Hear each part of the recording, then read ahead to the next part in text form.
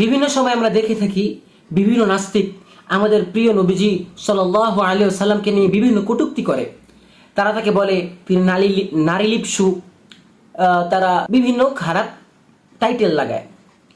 অথচ নাস্তিকরা নিজেরাই স্বীকার করে, তারা নিজেরা বলে যে একজন নারী এবং একজন পুরুষ যদি উভয় সম্মতি থাকে সেই ক্ষেত্রে শারীরিক সম্পর্ক কোনো অনৈতিক কাজ নয়।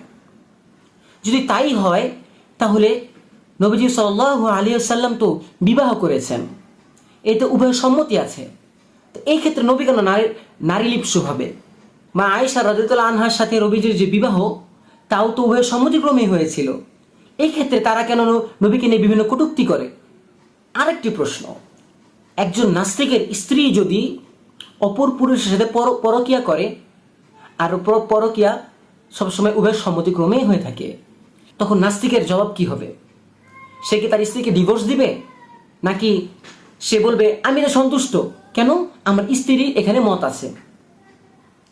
আরো বড় বিষয় হলো, এক নাস্তিককে, নাস্তিক নয় নাস্তিকদের গুরুকে প্রশ্ন করা হয়েছে, আপনার কথা অনুযায়ী যদি আপনি আপনার মায়ের সাথে সম্মতিক্রমে শারীরিক সম্পর্ক করেন তা অনৈতিক নয়। তখন সেই নাস্তিকদের গুরু সে বলেছে হ্যাঁ, কোনো সমস্যা নেই।